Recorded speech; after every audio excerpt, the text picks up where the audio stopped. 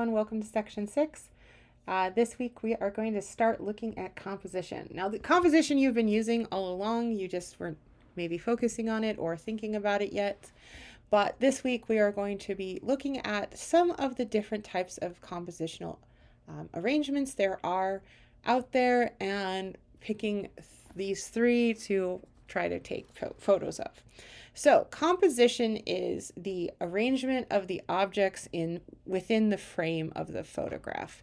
So if you're taking a picture of a person and you have them in the middle, that is centered or balanced composition. If we move them off to the thirds, you might be using thirds.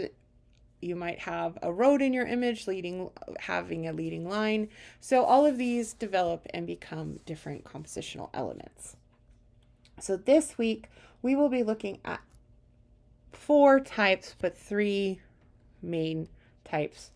This is atmospheric perspective. There's a video speaking just on that.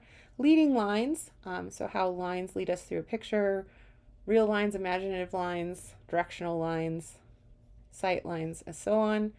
And then the next 2 I am lumping together. This is rule of third and the golden ratio.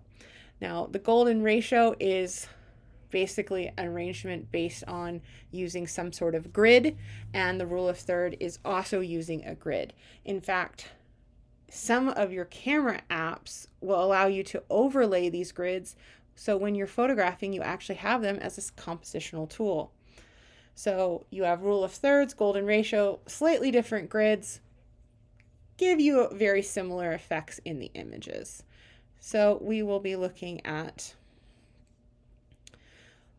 your best image showing atmospheric perspective, your best image showing leading line or using lines. S-curves are basically just a not straight line. And then your best image using the golden ratio rule or the rule of thirds. So using one of those grid methods for composition.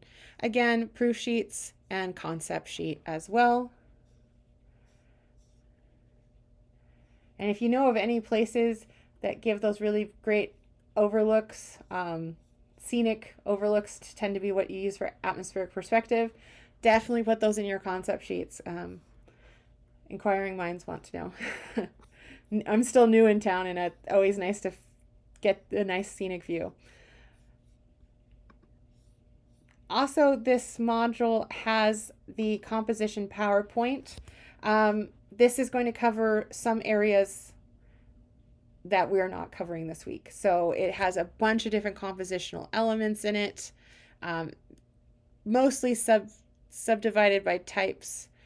And you will find these particular ones as well as next week's assignments in there as well. So for composition we're breaking it into 2 parts and doing 3 styles for each of the 2 parts.